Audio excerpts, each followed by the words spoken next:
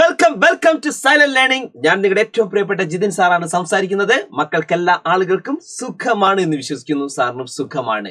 അപ്പൊ സാർ ഇന്ന് വന്നിട്ടുള്ളത് നമുക്കറിയാം 8ാം ക്ലാസ്സിനകത്തെ സോഷ്യൽ സയൻസിനകത്തെ വളരെ ഇമ്പോർട്ടന്റ് ആയിട്ടുള്ള ഒരു ചാപ്റ്റർ ആണ് as the torrential rains poured down, അല്ലെങ്കിൽ പേമാരി പെയ്തിറങ്ങിയപ്പോൾ എന്ന് പറയുന്ന വളരെ പ്രധാനപ്പെട്ട ഒരു ചാപ്റ്റർ ഉണ്ട്.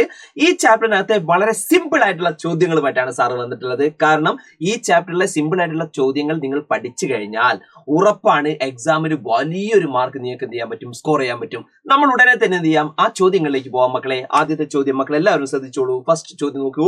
Right any examples of natural phenomena.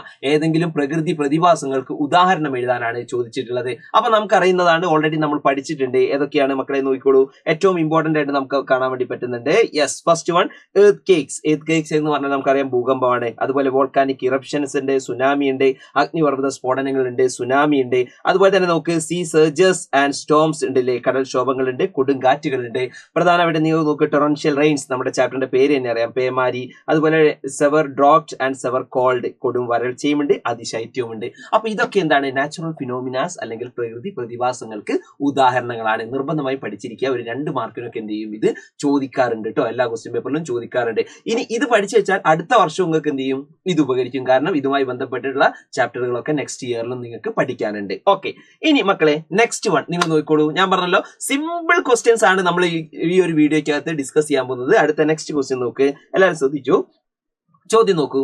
How did the floods caused by the torrential rain in August 2018 affected the lives of the people in Kerala? നമുക്കറിയാം 2018 ഓഗസ്റ്റിൽ പെയ്ത പേമാരിയെ തുടർന്ന് വെള്ളപ്പൊക്കം കേരളത്തിലെ ജനജീവിതത്തെ എങ്ങനെ ബാധിച്ചു എന്നാണ് ചോദ്യം ചോദിച്ചിട്ടുള്ളത്. അപ്പൊ 2018 പ്രളയത്തിനെ കുറിച്ചാണ്.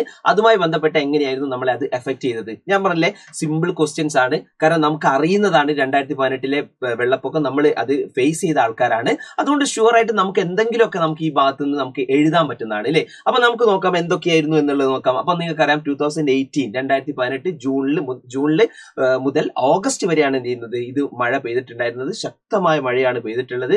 ഏകദേശം കേരളത്തിലെ 14 ഡിസ്ട്രിക്റ്റിൽ 14 ജില്ലകളിൽ 13 സ്ഥലങ്ങളിലും എന്ത് ചെയ്തിട്ടുണ്ട്, ഫ്ലഡ് ഉണ്ടായിട്ടുണ്ട്. അതായത് വെള്ളപ്പൊക്കം 13 ജില്ലകളിലും എന്ത് ചെയ്തിട്ടുണ്ട്, വെള്ളപ്പൊക്കം ഉണ്ടായിട്ടുണ്ട് അല്ലെ. അതിൽ നിങ്ങൾക്കറിയുന്നതാണ് ഏറ്റവും കൂടുതൽ നാശനഷ്ടങ്ങൾ ആ സമയത്ത് ഉണ്ടായിട്ടുണ്ട്.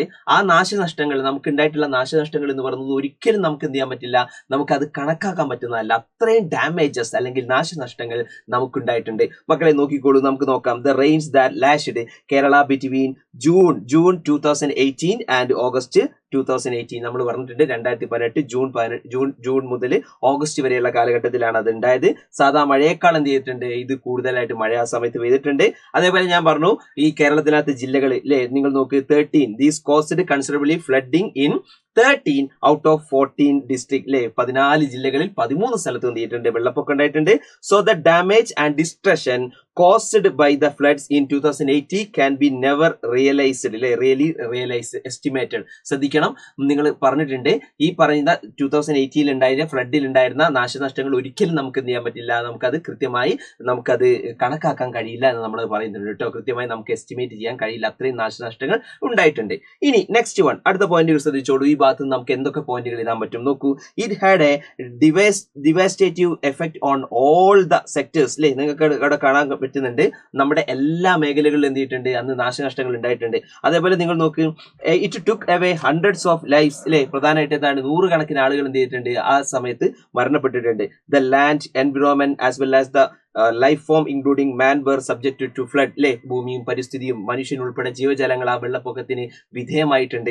അതുപോലെ തന്നെ നിങ്ങൾ നോക്ക്, the agriculture sector was wholly affected by the flood. നമുക്കറിയാം പ്രളയം കാർഷിക മേഖലയെ പൂർണ്ണമായിട്ട് എന്ത് ചെയ്തിട്ടുണ്ട്, ബാധിച്ചിട്ടുണ്ട്. അപ്പൊ ഇത്രയും പോയിന്റുകൾ നിർബന്ധമായി മക്കളെ നിങ്ങൾ ആ ഭാഗത്ത് നിന്ന് എന്ത് ചെയ്യണം, എഴുതണമെന്നാണ്. കാരണം ഇതൊക്കെ നിങ്ങൾക്ക് എന്തായാലും ബൈഹാർട്ട് പഠിക്കേണ്ട ആവശ്യമില്ല, സുഖമായിട്ട് ഈസി ആയിട്ട് നിങ്ങൾക്ക് എന്ത് ചെയ്യാൻ പറ്റും, എഴുതാൻ പറ്റും കേട്ടോ. അപ്പോൾ ഓൾറെഡി ഇതാ അതിന്റെ മലയാളം കൂടി അവിടെ ഉണ്ട്. മക്കൾ അതും കൂടി എന്ത് ചെയ്തോളുക, അവിടെ നിന്ന് നോക്കിക്കോളൂ കേട്ടോ. ഓക്കെ, റെഡി അല്ലേ? നിങ്ങൾ നോക്കിക്കോളൂ, രണ്ടാമത്തെ സ്ലൈഡ് നോക്കിക്കോളൂ.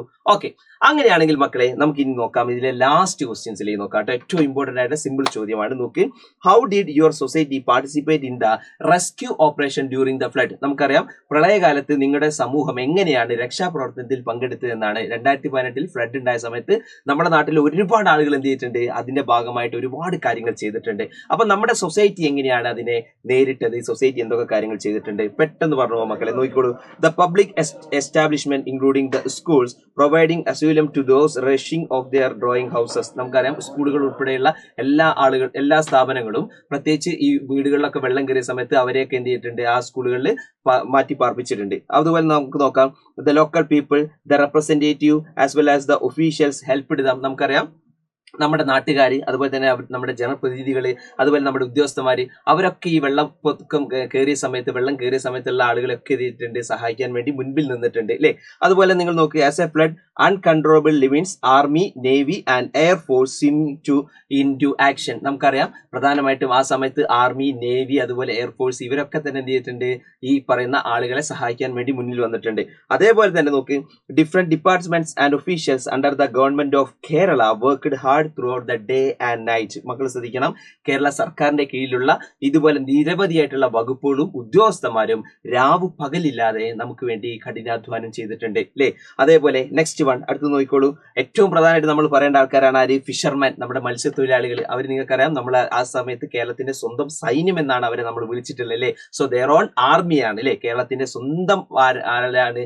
സൈന്യമാണ്. അപ്പൊ നമുക്കറിയാം, it was the fisherman who served active life saver by tackling the different flood differently. അപ്പൊ നമുക്കറിയാം, ഈ പറയുന്ന പ്രളയം ഉണ്ടായ സമയത്ത് പ്രളയത്തിനെ വ്യത്യസ്ത രീതിയിൽ ഇതുപോലെ തന്നെ നേരിടുകയും ഒരുപാട് ആളുകളുടെ ജീവൻ രക്ഷിക്കുകയും ചെയ്ത ആളുകളാണ് നമ്മുടെ മത്സ്യത്തൊഴിലാളികൾ അല്ലെങ്കിൽ ഫിഷർമെൻ എന്ന് പറയുന്നത്.